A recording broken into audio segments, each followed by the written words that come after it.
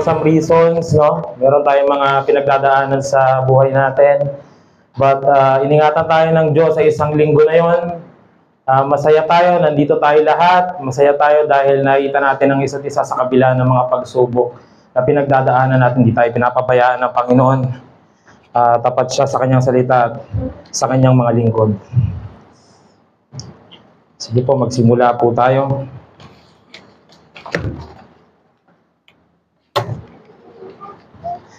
According to Alliance for Religious Freedom noong April 30, year 1789, America had constitution and newly formed government.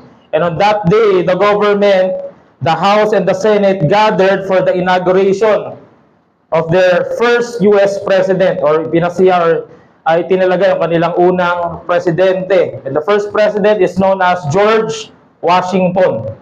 In his appointment address, he gave a predictive warning. So doon sa mismong araw na yun, meron siyang sinabi. Ang sinabi niya ito, na tumatak sa buhay ng mga Amerikano.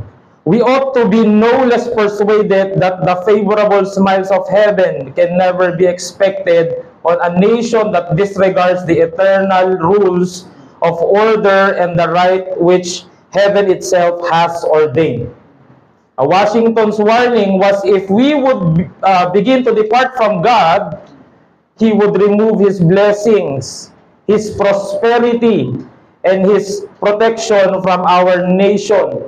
Yan ang in-address ni George Washington sa mga Amerikano na mahalaga na ina-acknowledge ng mga tao na to ang kapangyarihan ng Diyos sa kanilang nation. And then after Washington address, kasi kasama niya din yung mga ibang leaders during that time, the government, the House and the Senate, and the America's first president, this specific group of American leaders traveled on foot. Sila daw ay naglakbay. Saan sila nagpunta? Sa St. Paul Chapel. And no one knows what was said inside, but according to the resources, the entire government was on their knees praying and consecrating their nation to God. So after nilang marinig yung mensahe na yan ni George Washington, pumunta sila sa church, and all of these leaders are kneeling and consecrating their nation before God. They prayed that God would keep the United States in holy protection. Just like George Washington and yung mga American leaders, during that time, ang iglesia, higit sa lahat, ito iglesia ng ating Panginoon, we are commanded to pray for our nation. We are commanded to pray for all people and also the nation's leader. And we need to ask God's protection in our nation and foremost for the salvation of these unbelieving people. Yan ang sinabi ni Pablo doon sa sulat niya kay Timothy sa church ng Ephesus. At inaanyayahan ko po tayong lahat na tumayo para buklatin ang ating mga Biblia sa 1 Timothy chapter 2 verse 1 to 6. Sige po, mga able po, tayo po tayo. Basahin po natin ang 1 Timothy chapter 2 verse 1 to 6. Hayaan niyo po na pangunahan ko kayo. Ito ang mensahe ni Pablo kay Timothy. First of all, then I urge that supplications, prayers, intercessions, and thanksgiving be made for all people, for kings and all who are in the high positions, that we may lead a peaceful and quiet life, godly and dignified in every way. This is good and it is pleasing in the sight of God, our Savior, who desires all people to be saved and to come to the knowledge of truth.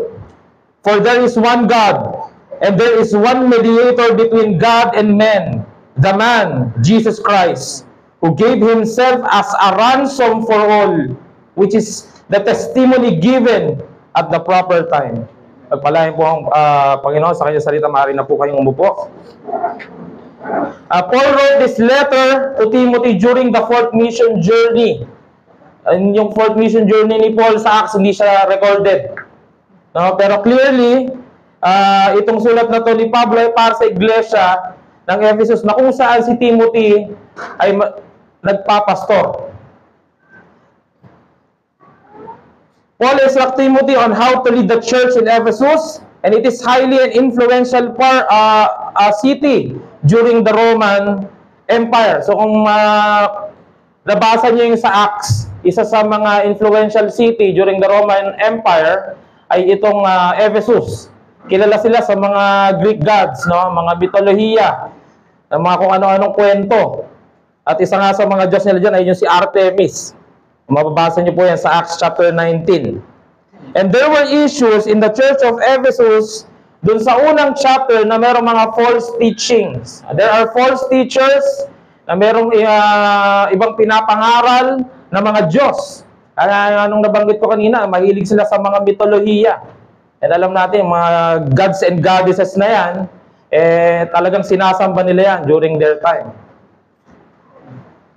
And we can also see that the key theme in the life of the local church is practical living of Christians must be rooted in the gospel. Ay, paulit-ulit sinasabi sa pulpito na to na hindi hiwalay ang buhay ng isang Kristiyano sa kanyang pinaniniwalaan. And also, during this time, the reigning emperor nung panahon ni Pablo ay si Emperor Nero. Actually, meron ding yung unang naging emperor din during time ni Christ, meron din siyang nickname na na Nero, si Caesar. Sa research, meron din siyang ganong nickname. So si Nero, kilala siya bilang isang immoral na emperor. Napaka-immoral nitong emperor na to. She pleasures in sexual things and also drugs and alcohol. So kung masasabi natin yung buhay ng emperor na to, talagang walwal sa kasalanan. Yan ang buhay niya. And anong ginagawa niya during that time? He is persecuting Christians. And currently, Rome is gradually introduced dun sa tinatawag nila na apotheosis. Anong apotheosis of emperor? Which means elevation of a divine status. Ang isang emperor during that time ay kinoconsider nila na divine. At dumating pa nga sa point na itong mga emperor na to ay wino-worship during time na to, nung panahon na to. Wino-worship sila. Ganong katindi yung kapangyarihan ng mga emperor na to. And also, dumating din sila sa point na nananalangin sila sa mga emperor. Yung emperor during time ni Christ, si Caesar, nananalangin sila doon. Gaano nila sinasamba ang isang Roman emperor. So pag emperor ka pala during that time, napakatindi ng kapangyarihan na pwede mong makuha. Meron kang tinatawag na divinity, no? Allowing people to worship the emperor. Now, Roman Empire as a unifying and political is considered as a unifying and politically stabilizing force also during time na ito. And it gave rise to the custom of praying to the divinized Caesar. Yan yung nabanggit ko din kanina. So in 1 Timothy chapter 2 verse 2, dahil nga yan ang paniniwala ng mga tao during time na yan na pinamumunuan ng Roman Empire, sinabi ni Pablo kay Timothy, pray for kings. Ipanalangin nyo itong mga hari na to. Kasi nga, meron silang label na ginodiyos na sila ng mga tao. At to the point na nananalangin na yung mga tao sa kanila. It means evidently that rulers, like everybody, must depend on guidance and mercy of God alone. Kasi nga, hindi kinikilala ng mga Roman Empire yung totoong Diyos. Kaya sinabi ni Paul kay Timothy, panalangin niyo yung mga hari na to. Masama yung ginagawa nila. It is an evident and apparent offense to God. It also implies that emperors are not divine but mortal humans. Kaya ang gusto ni Pablo, panalangin niyo itong mga hari na to. Sabi niya, they're not divine, they're just mortal humans. And the reason why Apostle Paul followed this statement that there is only one God, after niyang sabihin doon na ipanalangin niyo ang mga hari, ipanalangin niyo ang mga leaders, ipanalangin niyo ang lahat ng mga tao, nag-state siya doon na there is only one God, one mediator, the man, Jesus Christ. So doon pa lang sinabi na ni Pablo, ang isa lang ang mediator natin. Si Kristo. Isa lang ang Diyos. Si Kristo. Isa lang ang mediator. At yan ay the man, Jesus Christ. Hindi itong mga emperor na to. Kasi yan ang paniniwala dyan. So Christians must have undivided faith and devotion to one God alone. Early Christians were asked to worship the God of Israel, or even in the Old Testament, mga early Christians doon, even time nung panahon ni Christ, nung nabubuhay pa siya, and they are asked to reject the Roman emperor cults. Kasi kinoconsider na Roman emperor cults yung paniniwala na yan. Eh, meron ka ba dapat ibang i-worship maliban sa Panginoong Yesus na mediator at isang Diyos? Now, aside from historical insight, even today, there has been a tendency of divinized human. Nangyayari din yan sa generation natin ngayon, in our current situation. Pero mga sinasamba na tao lang naman yan, pero sinasamba nila, hinahalikan pa nga nila yan. Niyuyukuran, no? And those with successful public life known personalities are worshipped. Yan ang nakakalungkot sa panahon natin ngayon. And that's why Apostle Paul commanded the church to pray for them, because there is only one God who saves us all. Eh, meron tayong titignan na 3 point ngayong hapon na to dun sa ating binasang message ni Paul kay Timothy. So, ang mensahe po natin ngayong araw na ito is God's supremacy in corporate prayer, or ang kapangyarihan ng Diyos sa pampublikong pananalangin. Naalala ko pa noon, nung kami ay nasa dati naming inaatinan na iglesia, meron kaming separated service na araw sa pampublikong pananalangin. At talagang inihikayat kami nung pastor namin na dumalo nung prayer meeting na yan. Kasi napakahalaga sa isang iglesia na nananalangin sila ng sama-sama. It is a biblical mandate na inutos ng Diyos sa kanyang sa mga Kristiyano. So talagang kapag member ka ng isang church, talagang sinasabi ng Diyos, sumama ka talaga sa corporate prayer. Napakahalaga niyan. So meron tayong titingnan na 3 point. Dito is yung una, pray for all men and all those in authority. Pangalawa is yung ipanalangin ang kanilang kaligtasan or pray for their salvation. At yung pangatlo is there is one God, one mediator, the man Jesus Christ. So let's start with the first point. One of the duty and primary importance of the church mandate is corporate prayer. God commanded His church to extend all kinds of prayers to all kinds of people. So hindi nagtangi ang Diyos dyan. Wala siyang sinabi na ito lang ang ipag-pray nyo. Even in the Old Testament, nakikita natin yan na ang Panginoon, hinahangad niya ang kaligtasan, even yung mga people outside from His chosen nation. Meron siyang ibinibigay or ine-extend na kaligtasan sa mga yun, and He's even asking these people to repent from their sin. Hindi naman lingid sa kalaman niyo yung story ni Jonah, na pinapupunta siya ng Diyos sa Nineveh at ayaw niyang sabihin yung mensahe ng Diyos sa mga Ninevite. Kasi nga, they are enemies of the nation of Israel. So all kinds of people, for all kinds of prayer for all kinds of people. Meron mga na-mention dito, si Pablo, the all kinds of prayer. Sabi niya doon is there must be supplication, prayers, intercession, and giving of thanks. Though ang pinatutungkulan lang naman talaga ni Pablo is ipanalangin nyo sila. But Apostle Paul evidently mentioned this for. Una yung supplication. Sabi niya, ipanalangin nyo yung pangangailangan nila. Again ang sabi ni Paul, ipanalangin nyo ang pangangailangan nila. Itong mga tao na to, itong mga leader na to.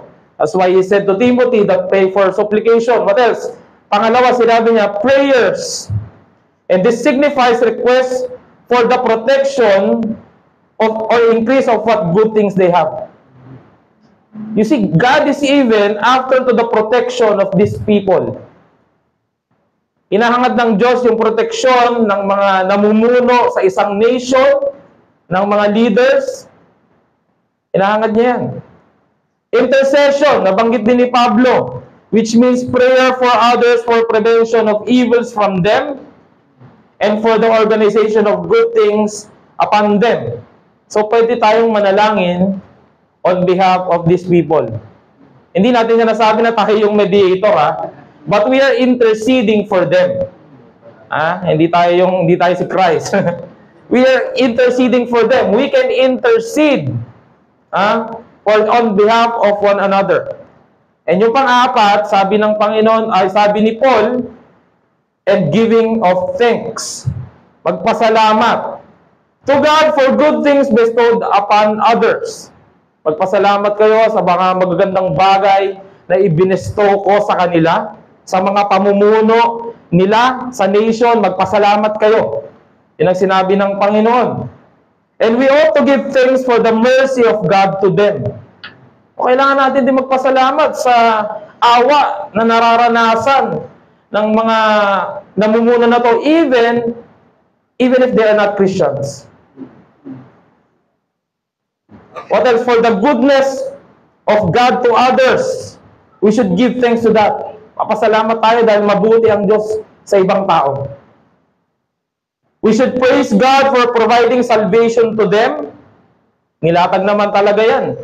Ang kaligtasan na yan, it is an offer to all men.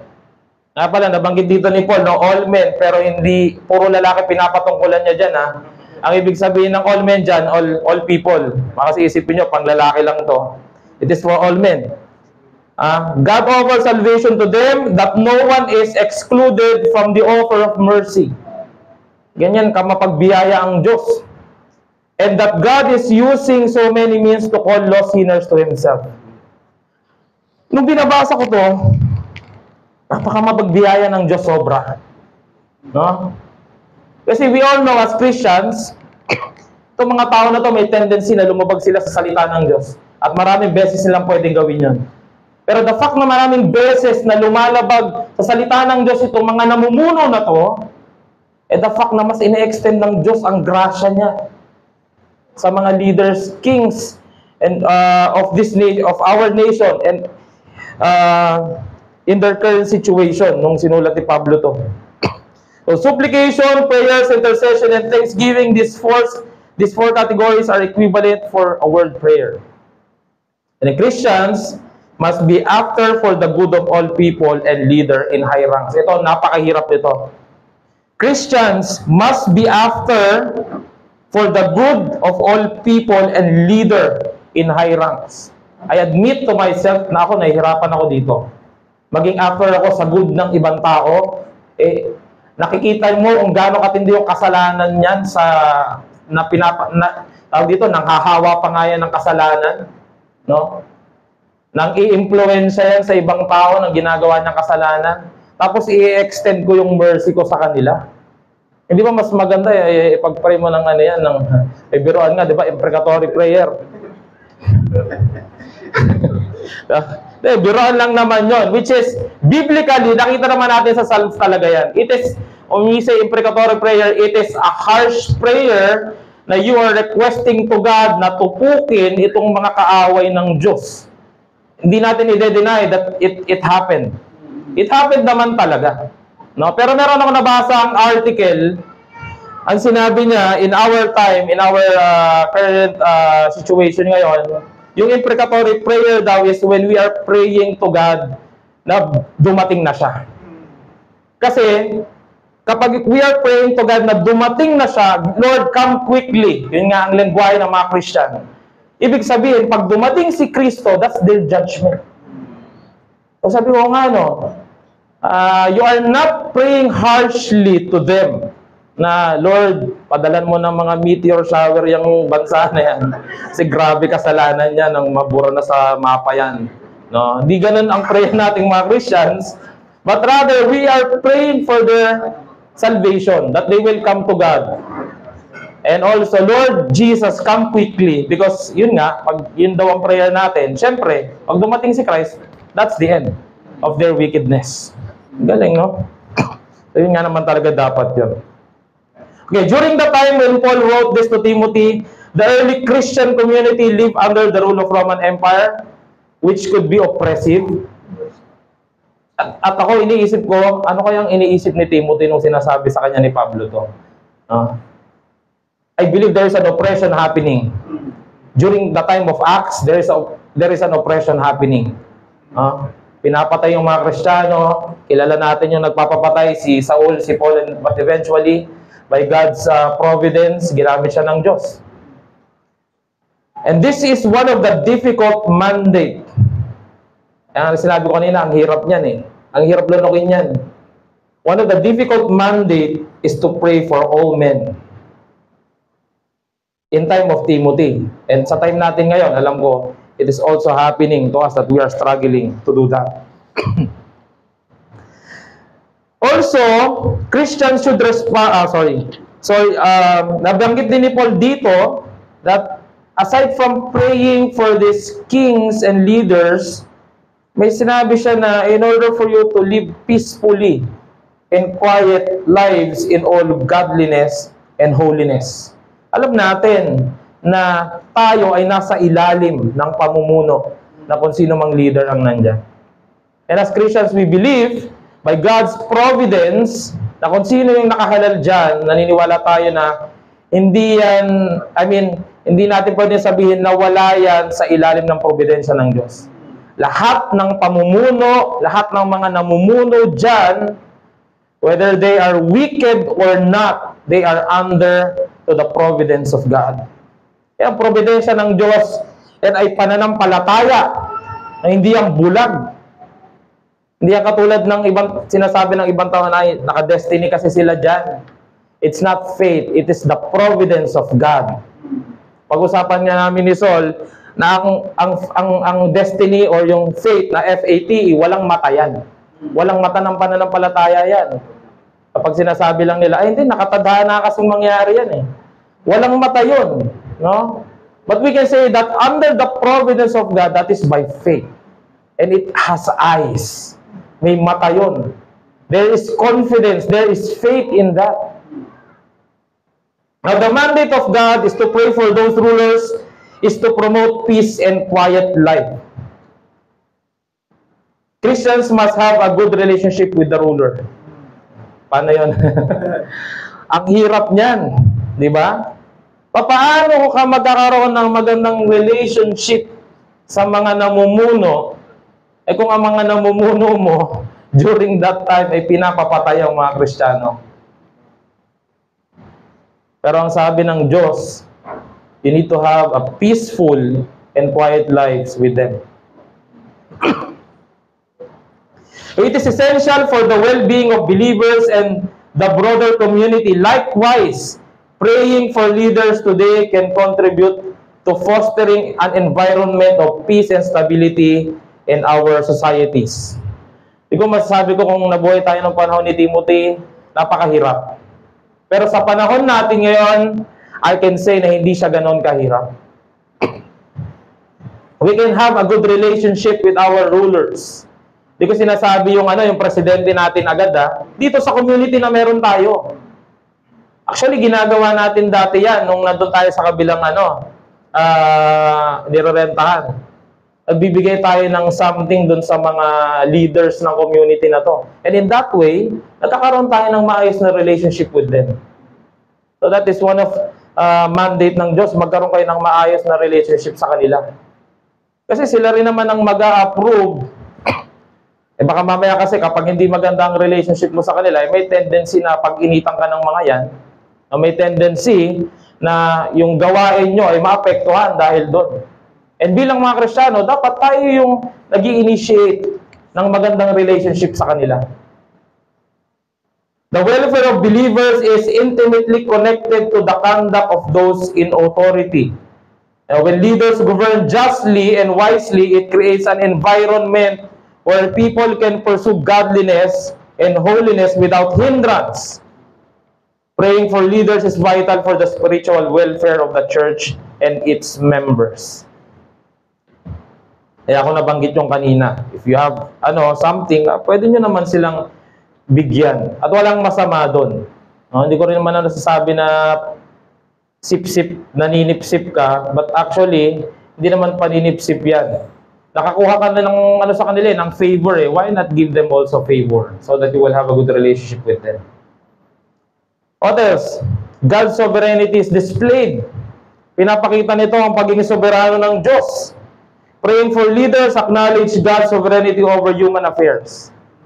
Eh, ano ba pakialam ng Diyos sa mga human affairs?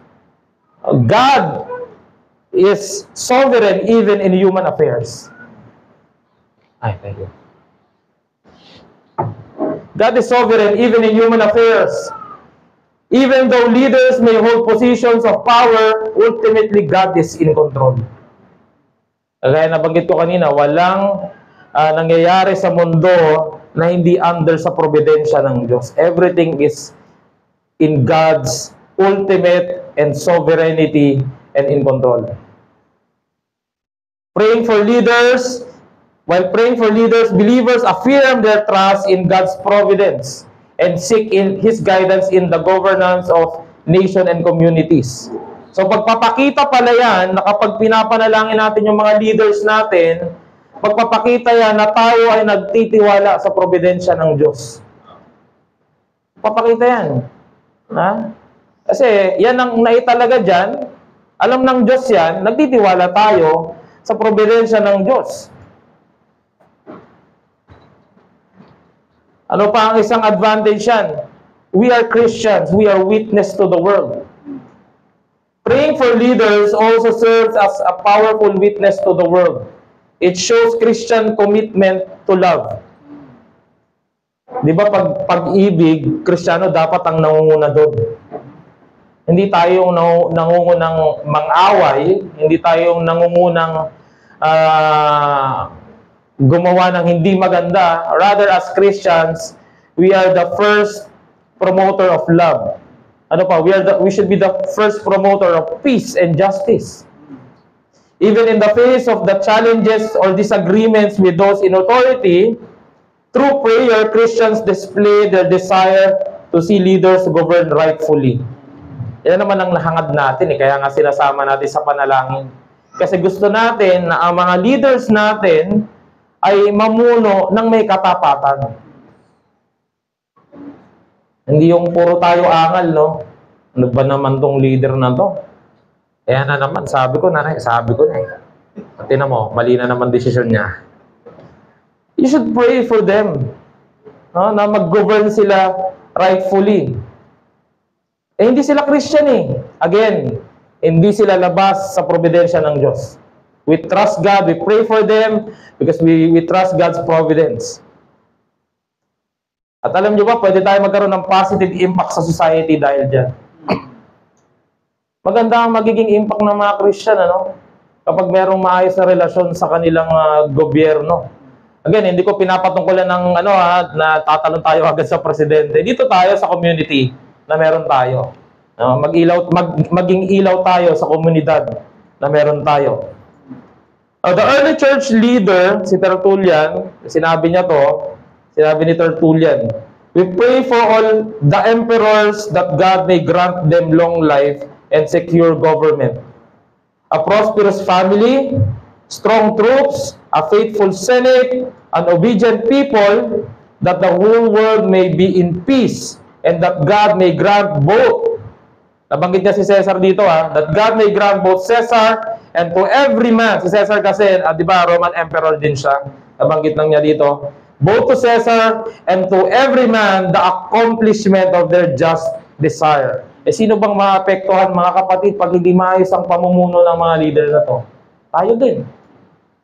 Sobrang apektado tayo pag hindi sila maayos. Magiging magulo ang kinabibilangan natin na lugar. Kaya napakahalaga na ipanalangin natin ang ating mga leaders.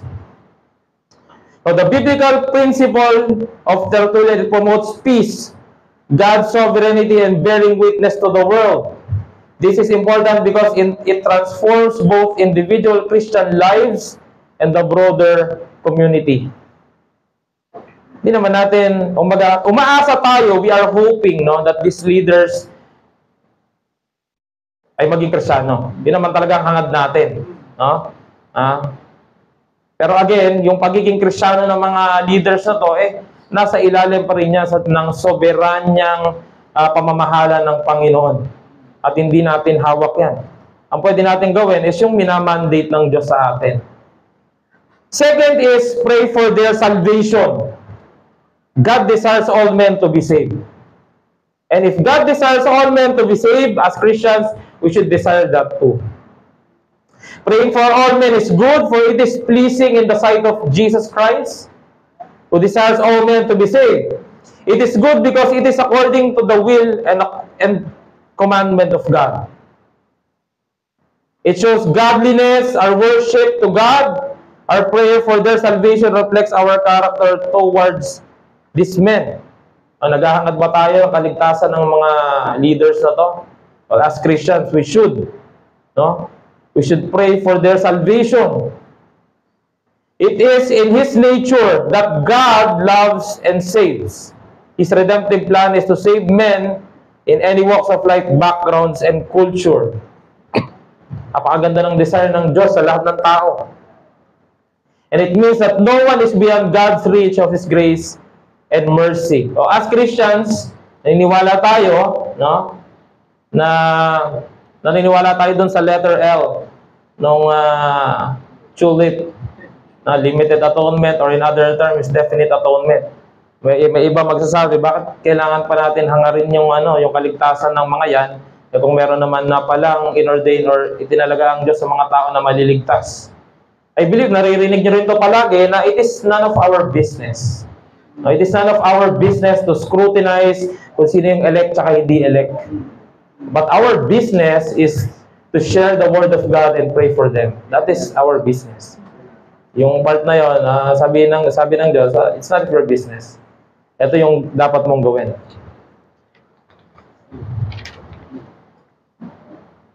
There is also an importance of knowledge and truth. Sabi ng Diyos, mabuhay kayo ng merong kapayapaan kasama itong mga leaders na to. Kailangan maligtas itong mga to. Hangad ko na maligtas sila. At hangad ko that they will come in the knowledge of truth.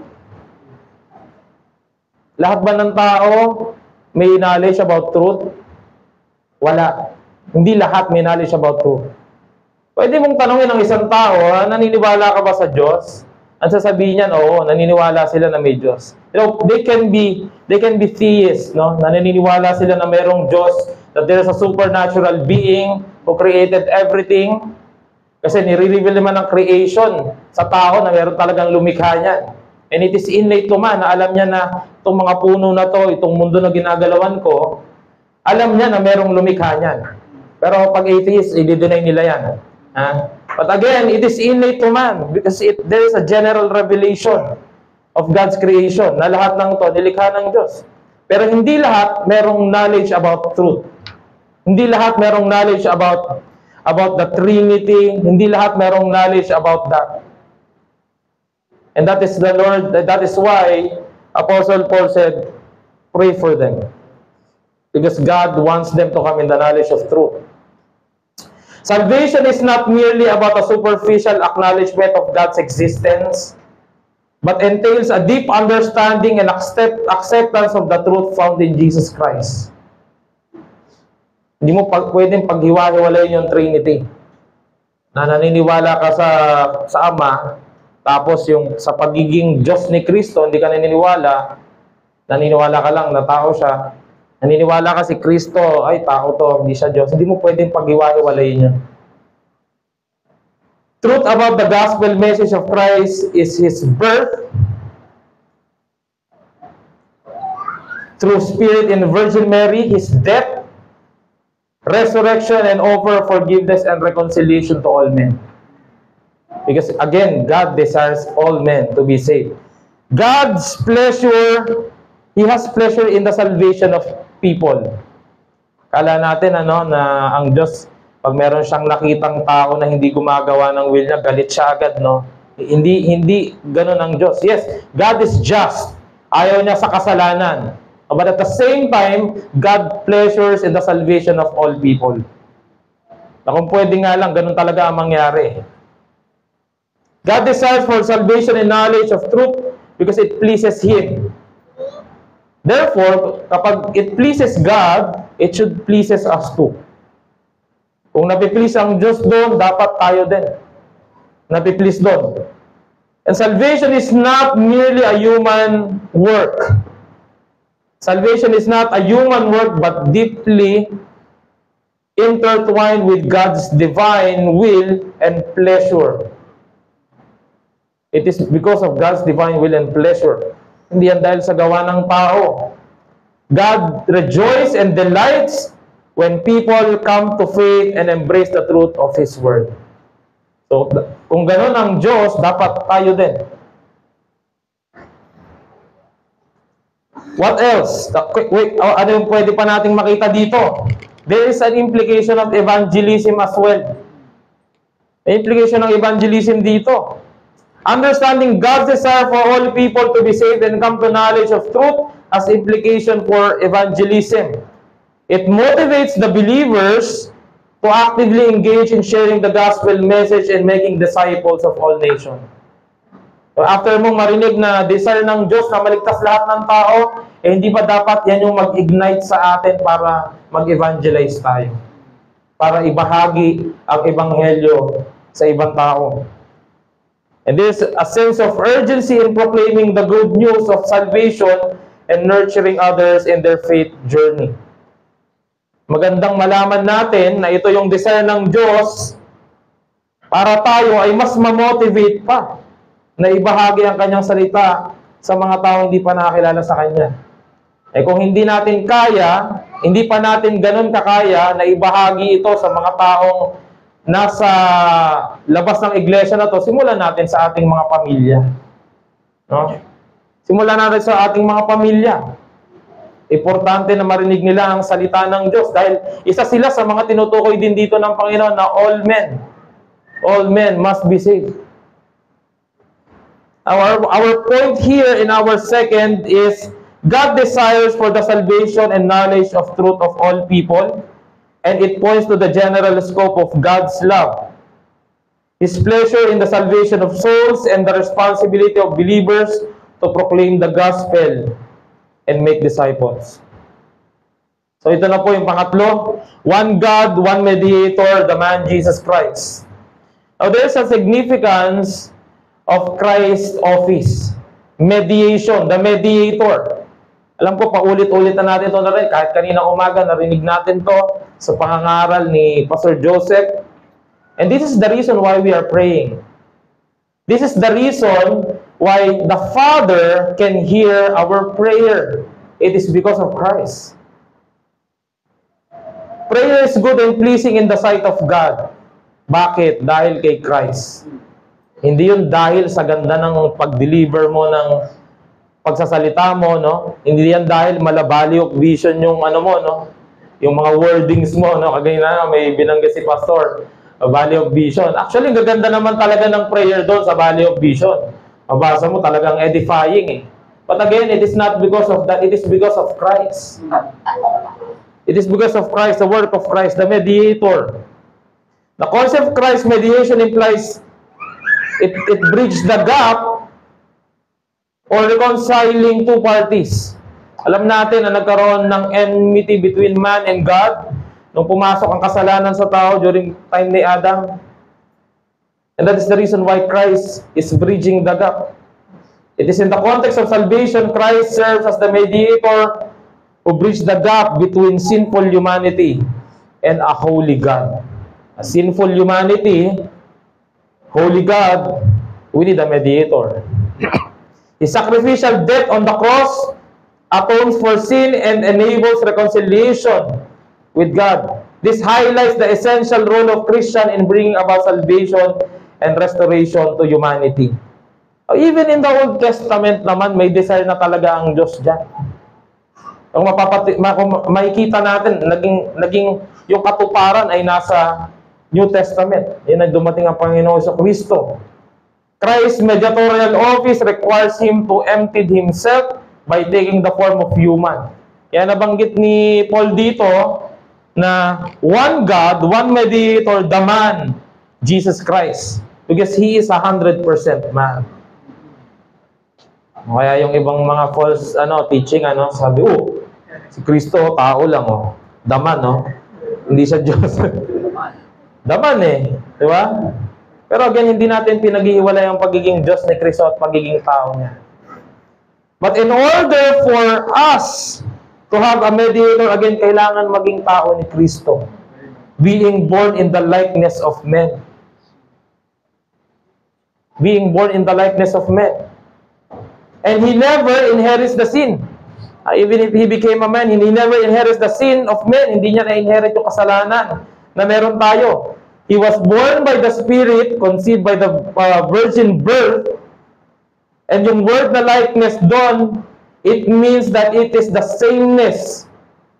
Yung pagiging kaparehas niya natin in flesh. Yun yung pinatutungkalan niyo. Pero yung substance ng nature, ng pagiging sinful natin, hindi niya na-acquire yun. The likeness of man is there, yes, pero yung substance of nature ay sobrang magkaiba. And that is why Christ never sinned. Even a single drop of sin He never has. He did not inherit even a single sin of us. He became our substitute and He serves as a ransom for many. Diyan yung nabanggit dito. Christ gave Himself as a ransom for all people. Ang binibigyang diin dito is the universal scope of Christ's redemptive work. His sacrifice is not limited to a particular group or ethnicity but extends to all people. Kasi di ba sa Old Testament, alam natin, may piniling nation ng Diyos, that is Israel, at alam natin lahat ng favor nasa Israel. Lahat ng favor nasa Israel. Pero si Christ, hindi limited yung kanyang favor sa isang grupo. Hindi nakalimitado yung ginawang redemptive work ni Christ sa isang specific group of people. Kaya nabanggit ko na kaya nabanggit ko na there is a universal scope of Christ's redemptive work. Again, because it is not limited to a specific group of people. Again, because God wants every nation, tribe, and tongues to confess that He is their Lord and Savior. That is the desire of God. And again, it should be our desire also. Binibigyang diin ito ang pag-ibig ng Diyos at ang kanyang hangad na maligtas ang lahat ng tao. And in fact, siya pa nga ang nag-i-invite sa mga tao na to. No? Ang galing ng Diyos sobra. Siya na yung na-offend, siya pa yung nag-i-invite. Tayo, pag tayong na-offend, bahala ka sa buhay mo. In-offend mo ko, mauna kang mag-sorry sa akin. Ang Diyos hindi ganon. Siya ang nauna pang nag-initiate. And that is why the redemptive work of Christ is so beautiful. Napakaganda.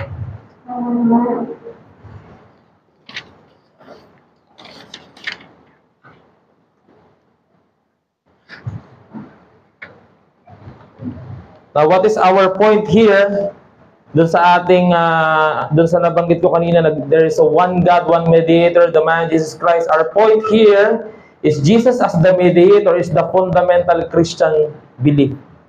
Napaka-fundamental niyan. Kaya nga yung mga nakaraang preaching ko din, sabi ko, nabanggit din, di ba, sa Bible that Christ is our cornerstone. Kasi kung hindi siya yung banong panulok, guguho ang isang gusali. Guguho ang pananampalatayang Kristiyano. Kaya napaka-fundamental ng ginawa ng Panginoong Jesucristo para sa ating pananampalataya. This is a unique role.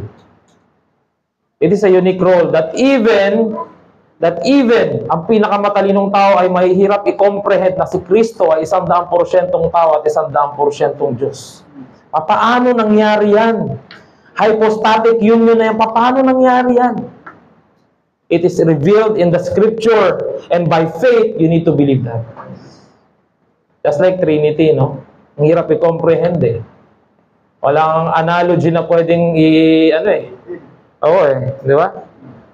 But you need to believe by faith that there's a three-person, there's one God, and there are three distinct persons. His humanity is glorified and resurrected pa.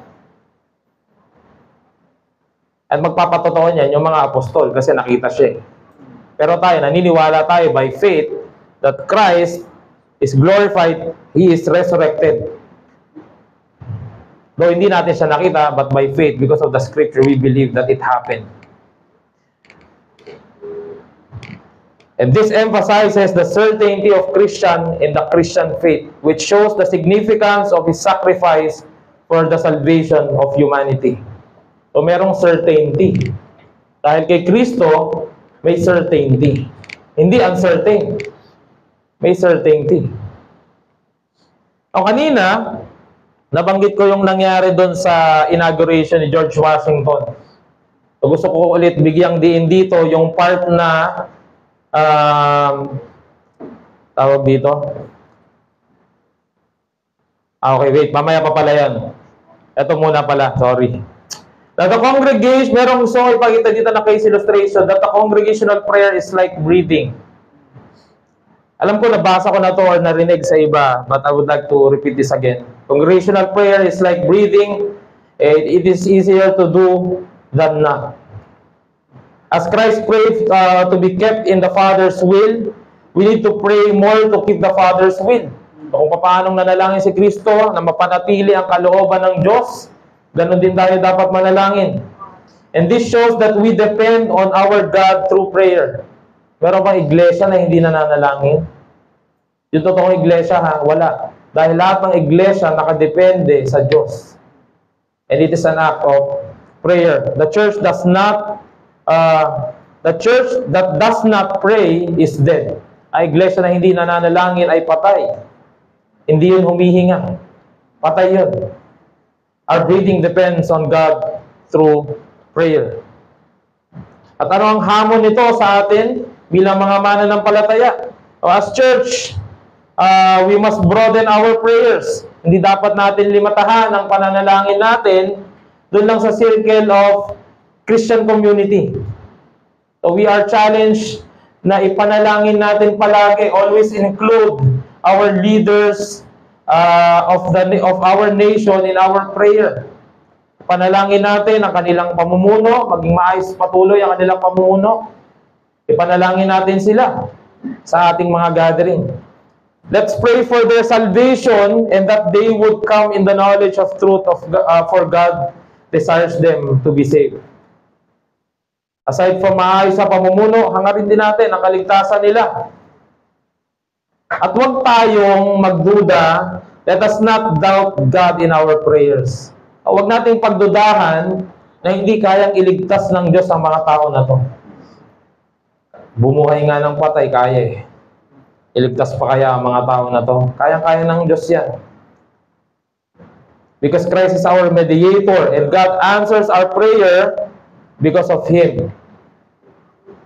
Corporate prayer promotes our complete dependence to the Trinity. Ano bang ginagawa ng Trinity? The Holy Spirit teaches us how to pray. Christ mediates while we pray, and God the Father answers our prayer because of Christ. And that is the work of the Trinity. Para sa mga hindi mananampalataya, anong hamon sa inyo? Ayun, the church is praying for you. No? Ang iglesia ay pinapanalangin ka na ikaw ay dumating sa knowledge of truth, na ikaw ay dumating sa time na makita mo na ikaw ay makasalanan at kailangan mo ng tagapagligtas. Christ died not in vain. He mediates because He desires you to be saved. Surrender your life to the one God, one mediator, the man, Jesus Christ. So ito na, balikan na natin. Ito na talaga yan. Kanina, na-mention ko, yung sa simula ng aking pangaral ay yung mga leaders sa US during time ni George Washington ay nagpunta sa St. Paul's Chapel. At anong ginawa nila doon? Lumuhod sila. And they plead to God at nanalangin sila. Church, have we come to the point of kneeling before God? Asking for the salvation of men and their leadership. Wala naman talagang, what they call this, we can pray in any gesture. No? Pwede tayong manalangin na nakatayo, pwede tayong manalangin ng nakayuko. There is no specific commandment kung paano ka dapat manalangin. May inutos si Christ Sa ganitong way ka dapat manalangin. Pero yung gesture ng pananalangin na nabanggit ko kanina is we can pray in any gesture. Pero bakit sila lumuhod? What is this gesture all about? So ang tanong is, kailan ba tayo huling nanalangin ng nakaluhod? Kailan? Matagal na. Kasi even Christ, kung matatandaan nyo, si Kristo nanalangin din siya na nakaluhod. Kanina umaga na-mention din ni Pastor Joseph, yung Christ is struggling to doing the will of the Father. And at that time, at that moment, He knelt down to God. He pleads to God na during the time of His struggling, not my will be done, but let your will be done. God wants us to struggle in our prayer. There are struggles in prayer, yes. Meron yun. Nag-struggle talaga tayo. And there are times that we are struggling, even praying for these leaders. Gaya ng nabanggit ko nga kanina din, nahihirapan ako dyan sa ganyang bagay.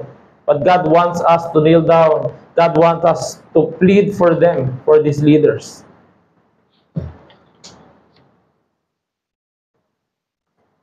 In my conclusion, ang kapangyarihan ng Diyos sa pampublikong pananalangin sa iglesia ay makikita sa una sa kanyang kakayahan sa pamumuno sa mga namumuno. Pangalawa, pagiging mapagbiyaya sa kaligtasan ng lahat ng tao. At pangatlo, pag-alay sa kanyang bugtong na anak upang mamagitan sa Diyos at sa tao. Yan ang kapangyarihan ng Diyos sa pampublikong panalangin. That is God's supremacy in corporate prayer. Overall, God's supremacy is about His sovereign ruling. He is a gracious provider of salvation, and it highlights the importance of aligning with God's will. Because lahat tayo naman nakadepende lang sa grasya niya. Both Christians and non-Christians, we all depend on God's grace. And I would like to end with this quotation na sinabi ni Sidlow Baxter. Ang sabi niya, men may spurn our appeals, reject our message, oppose our arguments, despise our persons as well. But they are helpless against our prayers. Manalangin tayo. Panginoon, maraming salamat po dahil tinuturuan mo kami manalangin. Salamat, Panginoon, dahil tinuruan mo kaming ipanalangin ang mga namumuno sa amin. Tinuruan mo kaming ipanalangin ang kanilang mga desisyon. At higit sa lahat, tinuruan mo kaming ipanalangin ang kanilang kaligtasan. Salamat dahil hinahangad mo to, Panginoon. At patawarin mo kami na kung minsan hindi namin hinahangad to. Salamat, Panginoon. We came to the knowledge and truth about you. At dahil dumating kami sa bagay na yan, tulungan mo kami na hangarin din namin yan sa kanila, sa lahat ng tao. Tulungan mo kami na hangarin yan. Tulungan mo na hangarin ang iglesia na to, ang kaligtasan ng mga namumuno sa amin. Tulungan mo kami na hangarin ang iglesia na to, na pagkatiwalaan ka namin sa aming mga pananalangin. Patuloy po kaming nananalangin, nagabayan mo kami sa aming mga desisyon, gabayan niyo po kami sa aming mga hangarin at nawa ito ay nakaangkla sa iyong kalooban. Sabi po namin binabalik ang pinakamataas sa paborit pagsamba sa pangalan ni Jesus. Amen. Amen.